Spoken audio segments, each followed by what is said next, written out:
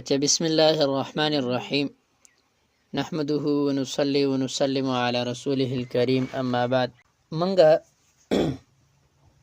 پنځم قسم 16 اقسام نوایو هغه د غیر منصرف. نو غیر منصرف هغه اسم توي چې په هغه کې د منصرف د نو اسبابونه دو سببونه یا یو داسې سبب چې د دوو سببونو قائم مقامي هغه موجودي، لکه عمرو. نو په عمرو کې دو اسباب دي، یو علم دی او یو چې کوم دی عدل دی. نو دا دو اسباب په دې کې جمع دي، د دې وجې نه دا غیر منصرف دی. او دی غیر منصرف انشاءالله د دې مفصل سبق مخکې را روان دی.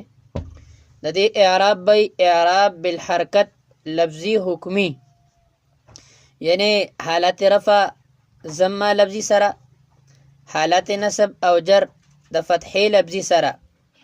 یعنی حالات جر به دا د حالات نصب تابع وي، په حالات جر کې به هم په دې باندې فتحه راځي، کسره به پې نه راځي. لکه موږ وایو جاء عمر، رأیت عمر، مررت بعمر.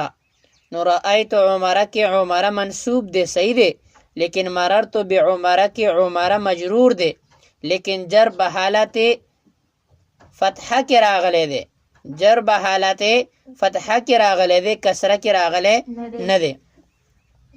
نو دا زمونږ سره پنځم قسم شو. شپږم قسم دی زمونږ سره اسماء سته مکبره. اسماء سته مکبره دلته یو لطیفه هم په ذهن کې کېدی. اسماء سته مکبره یو چا د بل کس ته تپوس کړی چې بھائی د اسماء سته مکبره څو دي؟ نو هغې وایي چې پته نه لګي درې به یا به څلوري. نو دلته به د الفاظو کې موجود دي، اکثر په امتحان کې هم دا راځي چې اسماء سته مکبره تعداد ولیکئ. نو تعداد یې څو دی؟ چی. څو دی؟ چی. سته پکې راغلی دی که نه؟ ها، نو اسماء سته مکبره څو دي؟ چی. نو بهرحال د هغې اعراب څه دي؟ نو اسماء سته مکبره له اعراب ورکېږي اعراب بالحرف. اعراب بالحرف. نو اعراب بالحرف معنا څه ده؟ اعراب بالحرف معنا دا ده چې په حالت رفع کې به دې له ورکړی کېږي څه شی؟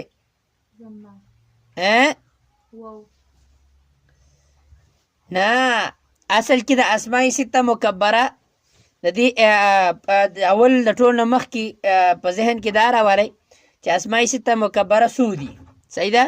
د دې معنا څه ده؟ دا په اصل کې څه او د دې اعراب څو دي او د دې لپاره شرایط څو دي. نو وروسته به اعراب ووایو. نو اسماء سته مکبره دا دي: ابن، اخن، هنون، همون، فمون او ذو. ابن، اخن، هنون، همون، فمون او ذو. د ابن څه معنا ده؟ نو د ابن معنا ده پلار، والد صاحب. د اخن معنا ده رور. د هنون معنا ده هغه څیز چې انسان په ژبه باندې د هغې تذکره خوښی نه، لکه د انسان مثلا شرمګاه، نو انسان نه غواړي چې د هغې تذکره وکړي، یا بل داسې څیز. همون معنا ده د ښځې رشته دار، د ښځې هغه رشته دار چې د خاوند د طرفه وي، هغې ته همون وی، لکه لیور.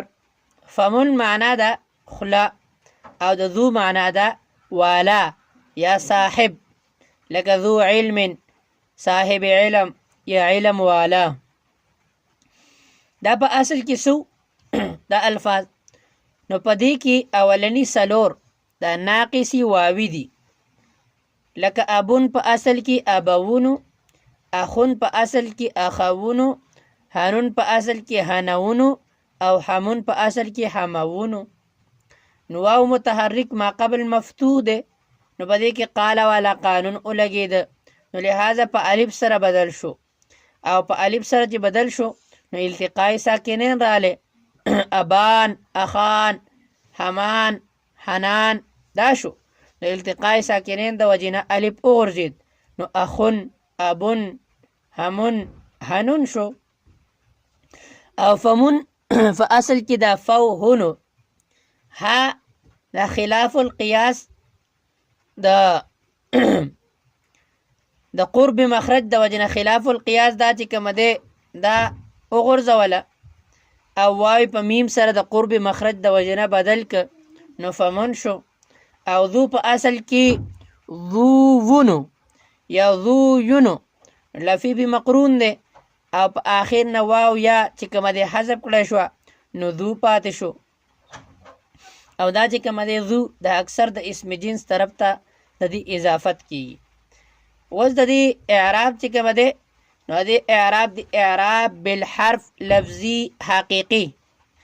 اعراب بالحرف لفظي یعنی رفع واو ما قبل مضموم سره، نصب الف ما قبل مفتوح سره، او جر یا ما قبل مکسور سره. مثلا جاءنی ابوکا، جاءنی ابوکا، رأیت اباکا، مررت بی ابیکا، مررت بی. د دې اعراب د پاره څو شرایط دي، 15 شرطونه دي. اولنې دا چې مفردی تثنیه او جمع بنئ، او که تثنیه جمع وا نو بیا به تثنیه جمع والا اعراب وی. بیا به اسماء سته والا اعراب نه. دویم شرط دا دی لکه مثلا داسې وایو آباء، اخوة، احماء، اهناء، افواه وغیرہ وغیرہ. نمبر 2 دا به مکبری مصغر بنئ. که مصغرو نو بیا به اولنی قسم والا اعرابی اعراب بالحرکت لفظی حقیقی لکه جاءنی اخی، رأیت اخیا، مررت باخی وغیرہ وغیرہ. نمبر 3 مضاف بی غیر مضاف بنئ. که چرته غیر مضافو نو بیا به اولنی قسم والا اعرابی یعنی اعراب بالحرکت لفظی حقیقی جاءنی ابن، رأیت ابن، مررت بی ابن. نمبر 4 سلورم شرط داده چې مضاف یا ضمیر متکلم طرف ته مضاف نه. که یا ضمیر متکلم طرف ته مضافو نو سوارلسم قسم اعراب بدی ته ملاویږي یعنی اعراب بالحرکت تقدیری حقیقی جاءنی ابی، رأیت ابی، مررت بی ابی، مررت بی ابی. او پدې کې ذو چې کوم دی عام طور پر ضمیر طرف ته د دې اضافت نه کیږي بلکې اکثر اسم ظاهر طرف ته د دې اضافت کیږي ذو، او باقی ضمیر طرف تم اضافت کېدی شي او اسم ظاهر طرف تم اضافت کېدی شي.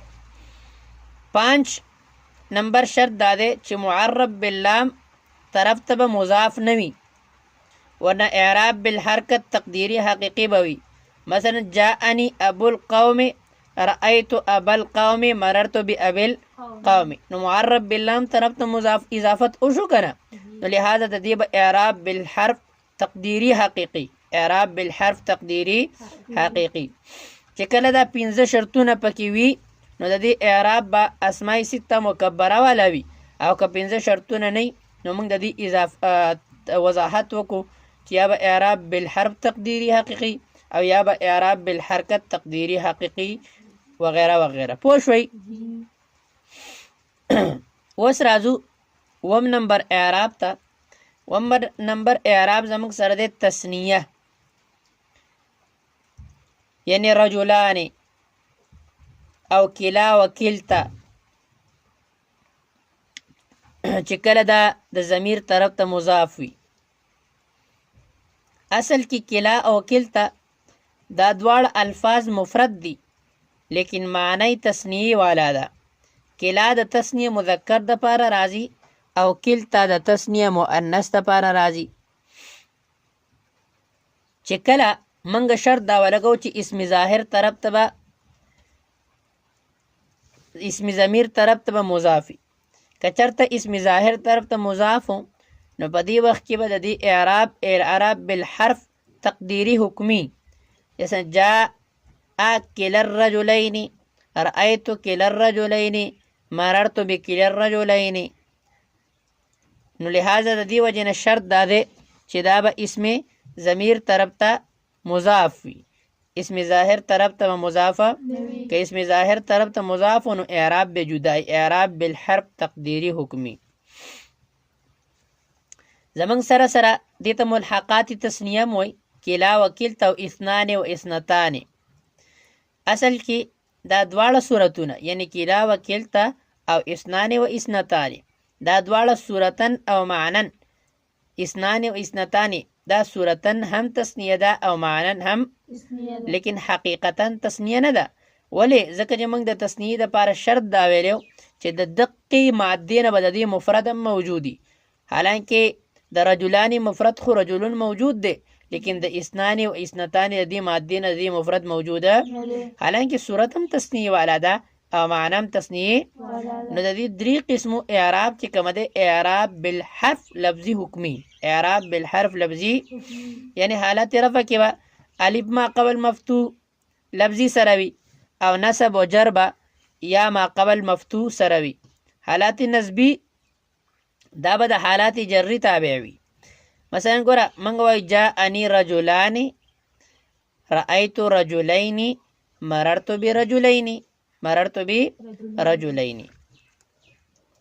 لسم نمبر سیز زمنګ سره جمع مذکر سالم او د دې سره سره اولو او 20 او 90 پورې دا انسی. نو ګوره اولو دا د ذو جمع ده او د معنی په اعتبار سره ده، او دې ته موږ وضاحت کړو چې کله جمع راشي او الفاظ هغه نه الفاظ نوري یعنی په الفاظو کې په ماده کې فرقي، نو دې ته وایي جمع من غیر لفظه، جمع من غیر لفظه. اوس د دې اعراب څه دي؟ نو د دې اعراب درې واړو. ګوره اولو دا جمع ده، د دې معنا جمع ده، او 20 او 90 دا صورتن جمع دي لیکن حقیقتا جمع. ولی؟ ځکه د دې مادې نه دې مفرد موجوده نشته. نو دی جمع مذکر سالم اولو او 20 نه 90 پورې دي انسو ته دې ته دي دهایانو ته به دا چې کومه د اعراب ورکړی کېږي اعراب بالحرف لفظي حکمي، اعراب بالحرف لفظي. لیکن د تسنیه نه به دا الټی، تسنیه کې موږ حالات رفي حالات نسبی او جری کې دا ویلو یا ما قبل مفتوح، او په دې کې به حالات نسبی او جری کې یا ما قبل مکسور، یا ما قبل مکسور. نو د تسنیه او د جمع په اعراب کې فرق او پیژند. نو اعراب بالحرف لفظي حکمي یعنی حالات رفع کې به ضمه واو ما قبل مضموم لفظي سره وي، نصب او جر کې به یا ما قبل مکسوره لفظي سره وي. لکه یعنی حالات نسبی به د حالات جری تابع وي. مثلا جاءني مسلمون، رأيت مسلمين، مررت نو رأيت مسلمين که حالت نسبی دی کنه، حالانکه یا ما قبل مکسور راغلی دی کنه دی راغلی دی. او د دې آسان پہچان د تسنیه او د جمع په نون کې به څنګه کو؟ نو موږ دا مخکې په جمع او په تسنیه کې دا ویلو چې د تسنیه نون به همیشه مکسوري سوي او د جمع نون به همیشه سي مفتوح وي. دا فرق پکې ښه. اچھا مخکې زمونږ سره 13 نمبر د اسم مقصور. اسم یعنی هغه اسم چې د هغې په آخر کې الف مقصوره وي، خوا موجود وي او خوا موجوده نه وي. مثلا ګوره موسی یا العصا یا د التقاء ساکن د وجې نه غورځېدلی، مثلا عصن او 14 نمبر زمونږ سره جمع غیر جمع مذکر سالم چې دا مضافي د یای متکلم طرف ته، مضافي د څه طرف ته یعنی جمع مذکر سالم نه علاوه چې اسمي او یا ضمیر متکلم طرف ته مضاف وي. د دواړو قسمونو اسم مقصور او غیر جمع مذکر سالم چې مضاف وي یا متکلم طرف ته، نو دې ته په اعراب ورکړل کېږي اعراب بالحرکت تقدیری حقیقي. اعراب بالحرکت تقدیری یعنی رفع به ضمه تقدیری سره وي او نصب به فتحه تقدیری سره وي او جر به کسره تقدیری سره وي. جر به کسره لکه جاء موسی او رأيت موسى او مررت بی او غیر جمع مذکر سالم چې یای متکلم طرف ته مضاف د اغي مثال دا ده جاءنی غلامی رأيت غلامی مررت بی غلامی نو تقدیری شو کنه شو او پنځلسم قسم زمونږ سره د اسم منقوص اسم یعنی هغه اسم چې د اغي په آخر کې یا ما قبل مکسور وي یا ما قبل خوا موجود وي او خوا د التقاء ساکنین د وجنه حذف کړی شوی لکه القاضی اخر کې یاد کنه او ما قبل مکسور دی کنه دی او دغه شان قازن نو قازن اصل کې قاضی زین وو کنه نو د التقاء ساکنین د وجنه اغه نون غرزیدو کنه یا غرزید کنه نو قازن شو څه شو قازن نو د دې اعراب بسې د دې اعراب با رفع بد ضمه تقدیری سره وي نسب بد فتحی لفظی سره وي نسب بد فتحی او جر بد کسری تقدیری سره نو دې ته موږ وای اعراب مشترک موږ پکې ویلو کنه اعراب مشترک لکه جاء القاضي رأيت القاضية رأيت القاضية مررت بالقاضي سوک پوشوی او جا آخره زمان سا 16 نمبر دے جمع مذکر سالم لیکن اغا جمع مذکر سالم چې د یای متکلم طرف ته د اغي اضافت شوی د یای متکلم طرف ته اضافت شوی نو د اغي اعراب بوي رفع د واو تقدیری سره رفع او نسب او جر لفظی سره نسب او جر مثلا جاء مسلمیه رأيت مسلی مررت بمسلمیه پونه شوی تاسو دا مسلمیه اصل کې مسلمو یو اصل کې مسلمو نو صحیح ده نو دا یای متکلم طرف ته چې دی اضافت شنون وګرځید کنه نو مسلمو یشو وس واو او یا په یو ځای جمع شوی دي کنه او اورنه ساکن دی او دوی متحرک ته نو بدی کې قانون ولګید مسلمو یشو څه شو نو دا یا د خپل مناسبت د پاره کسره غواړي کې زما غواړي نو لہذا ما قبل لکسا وکړه شو نو څه شو مسلمی یا پونه شوی تاسو پوه شوی نو چون کې بدی باندې ظاهری اعراب چې کوم ده نو ښکار نشي کېده کنه د دې وجنه واو تقدیری سره د اعراب ده واو او حالت نسبی او جری کی ظاهری اعراب په دې باندې ویل کیږي کنه د دې وجنه د دې اعراب دی اعراب لفظي اعراب امید ده دا په سمجھ کې راغلی اچھا نو زمنګ سره تقریبا